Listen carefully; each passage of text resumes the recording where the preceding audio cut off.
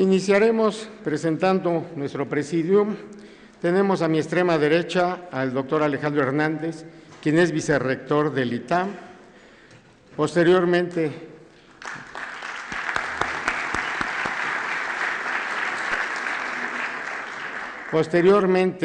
a su izquierda está Ana Paula Ordorica, muy conocida,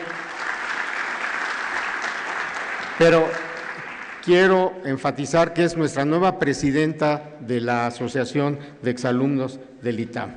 Pues por eso merece otro aplauso.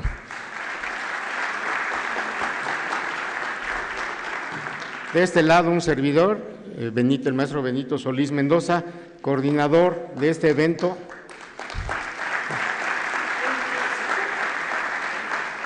Por solamente 25 años. Este es nuestro 25º evento exitoso. Esperemos. A mi derecha está el doctor Arturo Fernández, distinguido rector también por varios años de nuestra institución. Y nuestros invitados y primeros expositores en la parte central es el doctor Ángel Gurría, secretario general de la OECD, quien viene de París para esto. Y a su izquierda, nuestro exalumno, este es el mejor título, José Antonio Mid Curibreña, secretario de Hacienda y Crédito Público de nuestro país.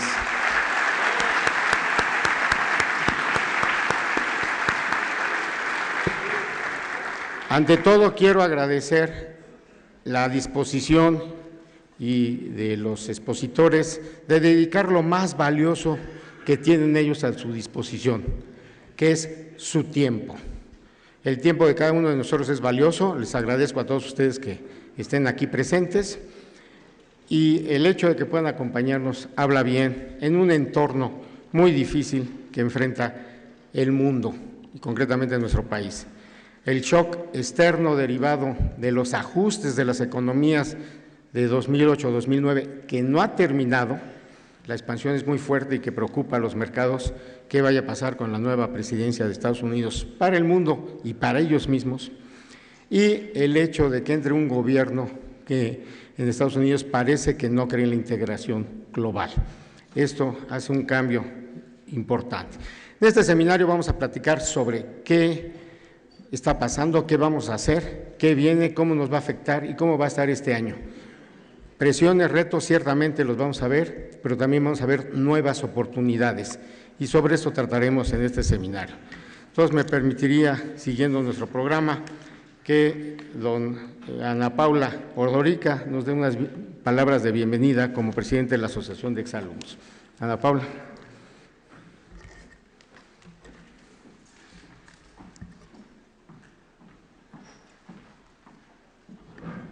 Gracias, Benito. Gracias, primero que nada, al rector y gracias al vicerrector. Gracias a todos por estar aquí y, como decías, Benito, lo más importante, el tiempo de quienes van a estar pues, en el entorno tan complicado en el que nos encontramos. Algunos, entre los que me incluyo, decimos ya, por favor, que sea 20 de enero y le demos el trago amargo y veamos de qué se trata lo que viene del otro lado, porque pues, la incertidumbre es lo que en este momento nos está haciendo tanto daño, sobre todo a México.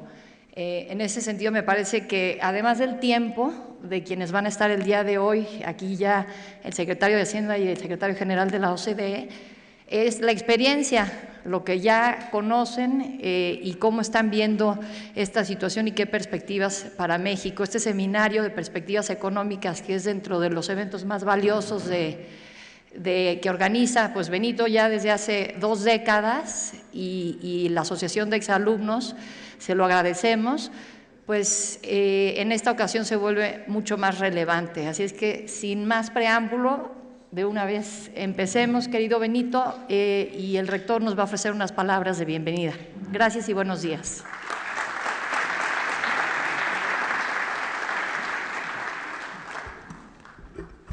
Muy buenos días, tengan todos ustedes, señor secretario Mid, señor secretario general Gurría, distinguidos miembros de la Junta de Gobierno que nos acompañan, Ana Paula Ordorica, nuestra flamante presidenta de la Asociación de Exalumnos del ITAM, Benito Solís, coordinador de este evento, y Alejandro Hernández, vicerrector.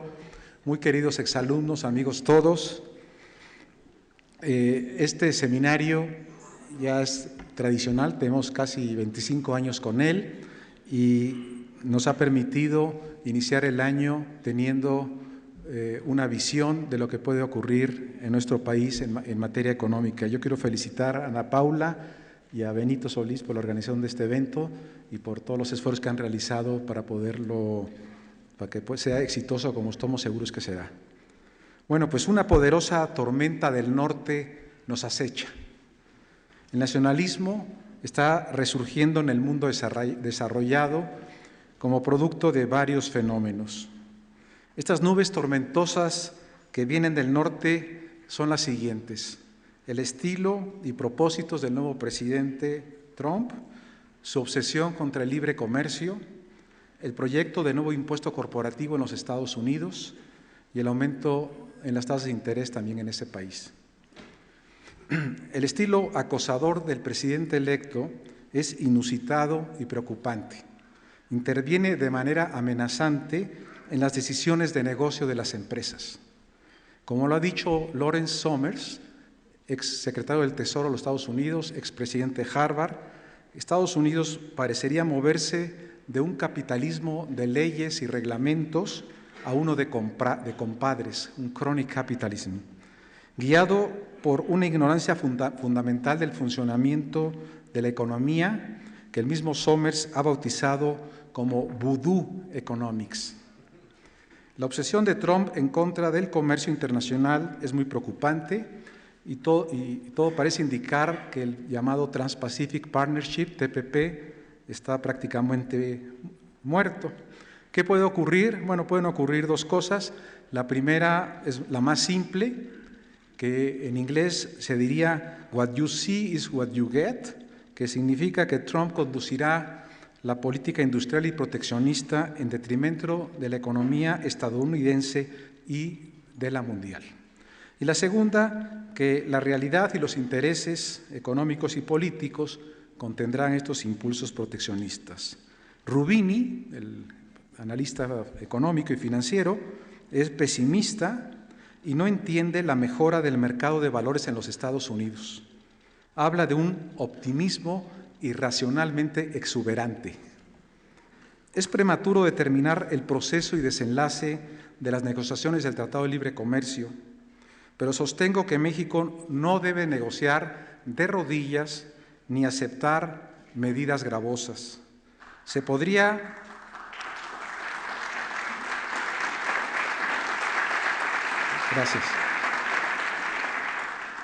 aceptar una elevación del contenido regional exigible en las reglas de origen para tener acceso al arancel de 0%.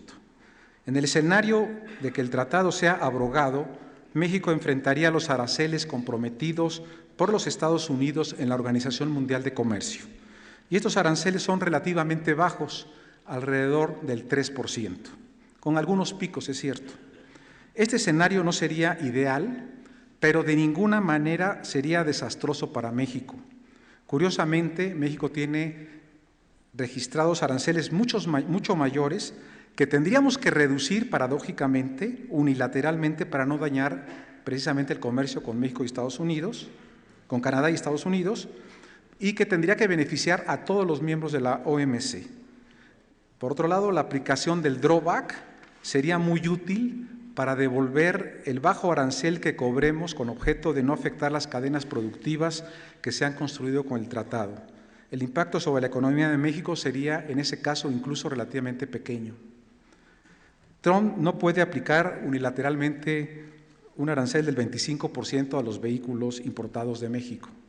Ello conllevaría eventualmente al abandono de Estados Unidos de sus compromisos con la Organización Mundial de Comercio.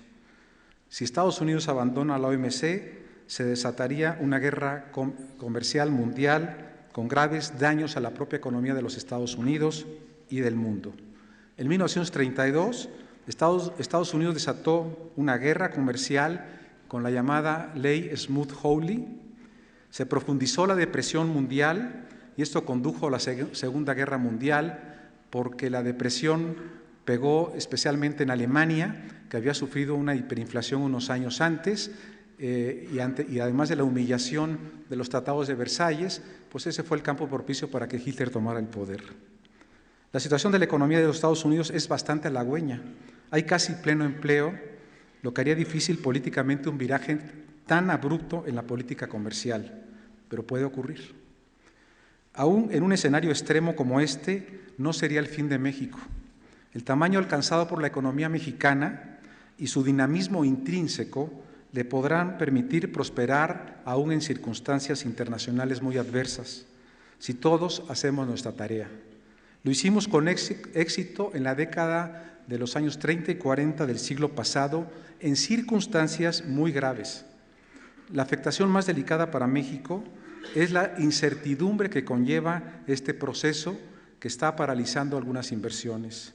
No se sabe a ciencia cierta en qué va a terminar. Sería tal vez preferible incluso dejar a un lado el tratado que un largo proceso de negociación y tensión que paralizara la economía. Una amenaza no exclusiva para México proviene del proyecto de sustitución del impuesto sobre la renta aplicado a las corporaciones en los Estados Unidos por un impuesto sobre el flujo de efectivo. Es cierto que el sistema fiscal americano sufre de una grave distorsión, ya que el impuesto sobre la renta corporativo no está integrado al impuesto sobre la renta personal y como consecuencia se gravan 2 veces los ingresos del capital generado por las empresas. México siempre tuvo resuelto este problema y ahora lo hacemos a través de la llamada CUFIN, la cuenta de utilidad fiscal neta, que permite acreditar el impuesto sobre la renta pagado en la corporación al nivel de las personas físicas. La propuesta del nuevo impuesto corporativo que se discute en el Congreso de los Estados Unidos es impulsada por Paul Ryan y vista con simpatía por Trump. Es una joya teórica porque no solo elimina la doble tributación del impuesto sobre la renta, sobre los ingresos corporativos, sino que prácticamente elimina la tributación corporativa. Sin embargo, el diablo está en los detalles de la transición, que parecen insalvables. La propuesta que está en el Congreso de los Estados Unidos adopta una nueva base similar a la del IETU. Se gravan solo los ingresos por las ventas internas y se deducen los costos, gastos e inversiones de origen doméstico exclusivamente. No se permite la deducción de intereses ni la depreciación por activos fijos adquiridos anteriormente. Convierten al impuesto sobre la renta corporativo en un impuesto al ingreso, de un impuesto al ingreso a un impuesto al consumo. Por otro lado, al excluir las ventas de exportación como ingreso y no permitir la deducción de las compras de importación, se está aplicando lo que se llama un ajuste fiscal fronterizo, un Border Tax Adjustment, que conducirá a una revaluación equivalente del dólar. De ser así, esta medida no tendría implicaciones comerciales contra México. Por otro lado, si la revaluación del dólar es menor a la tasa del impuesto, por esa diferencia habría un impacto proteccionista.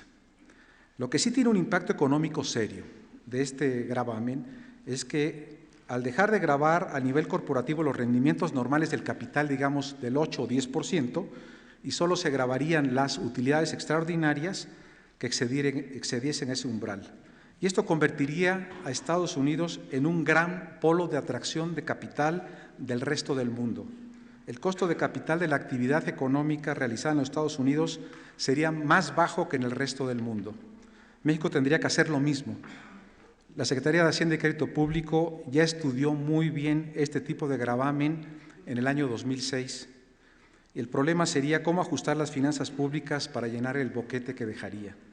Para calmar las inquietudes que pueda ocasionar este nuevo gravamen en los Estados Unidos, podría ser interesante que las autoridades mexicanas pudieran sugerir que estaríamos dispuestos a equiparar nuestro sistema fiscal con el de los Estados Unidos para no perder esa competitividad. Los problemas de transición de este gravamen son tan serios que yo creo que será difícil que el Congreso de los Estados Unidos lo apruebe, porque tiene implicaciones sobre la carga fiscal y de índole distributiva sumamente serias para muchas empresas norteamericanas, ya que no serían deducibles los gastos por depreciación correspondientes a activos fijos adquiridos en el pasado, ni los intereses, y además el impuesto sobre la renta pagado en el extranjero ya no sería acreditable en los Estados Unidos. ¿Se imaginan el impacto de cambiar de manera tan drástica el sistema fiscal de los Estados Unidos? sobre la rentabilidad de las empresas norteamericanas? Una empresa apalancada con una proporción alta de activos fijos adquiridos en el pasado podría ver incrementada su carga fiscal a niveles que fácilmente podrían exceder el 100% de las utilidades. ¿O qué pasaría con una típica multinacional estadounidense con una alta proporción de activos en el extranjero que ya no podría acreditar el impuesto sobre la renta pagado en el extranjero? Por otro lado, las prósperas empresas tecnológicas con pocos activos fijos y deuda dejarían de pagar impuestos.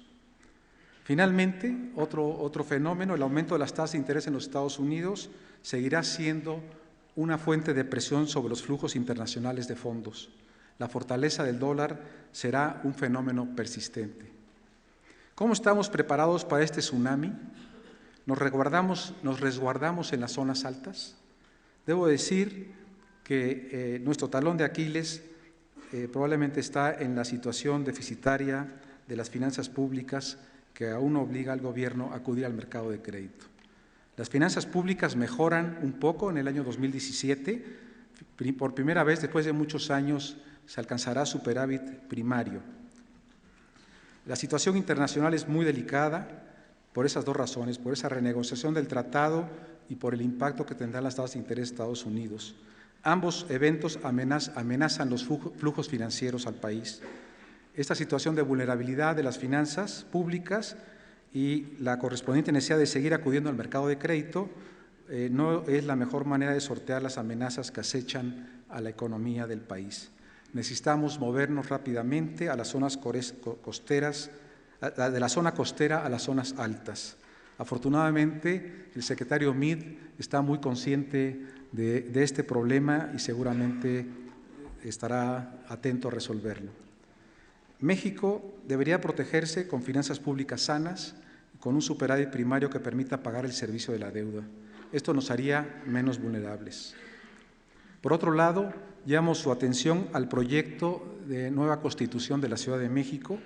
El proyecto ya fue modificado para no considerar la plusvalía inmobiliaria como un patrimonio de la ciudad. Sin embargo, el proyecto contiene otras disposiciones que podrían ser preocupantes, como la renta básica para todo ciudadano, la exigibilidad casi inmediata ante un juez de todos los derechos sociales contenidos en ese proyecto, que son verdaderamente innumerables, y cómo se va a pagar por todo eso.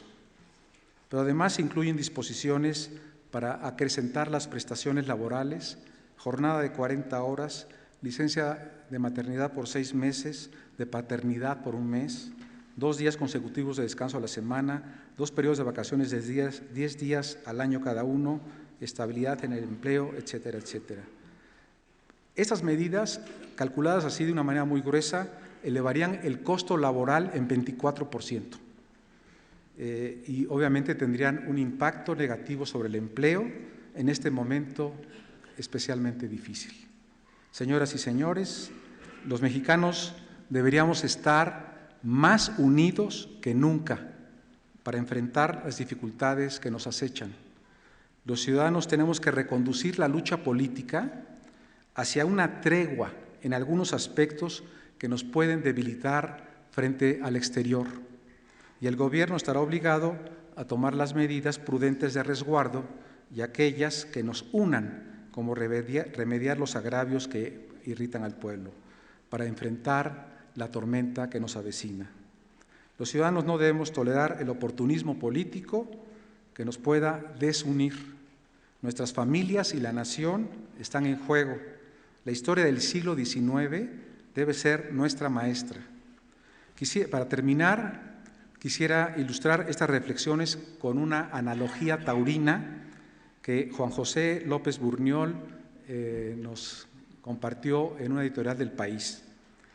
Y nos ha contado de que Juan Belmonte, que es el gran innovador del toreo moderno, no tenía la complexión atlética que requería el toreo de esa época, donde saltaban, brincaban, corrían.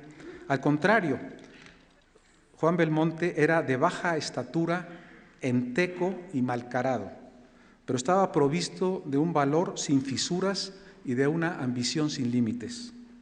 Él revolucionó el toreo con una triada: parar, templar y mandar, que hizo trizas la vieja máxima de otro torero, el Lagartijo, que decía: o te quitas o te quita el toro, para sustituirla por otra: ni te quitas tú ni te quita el toro si sabes torear. Esta es la lección. Ante el toro bravo y rijoso de nombre el Narciso del Norte, nuestra nación unida debe torear en torno a los intereses de México y debe parar, templar y mandar. Parar para controlar el pánico y detener el oportunismo político y las rencillas internas. Templar con prudencia y unidos establecer nuestras prioridades y enfocar nuestra atención, y mandar, es decir, dominar la situación con inteligencia y estrategia y extraer de ella lo mejor que se pueda, con resolución en el empeño, elegancia en la ejecución y valor sin fisuras. Muchas gracias.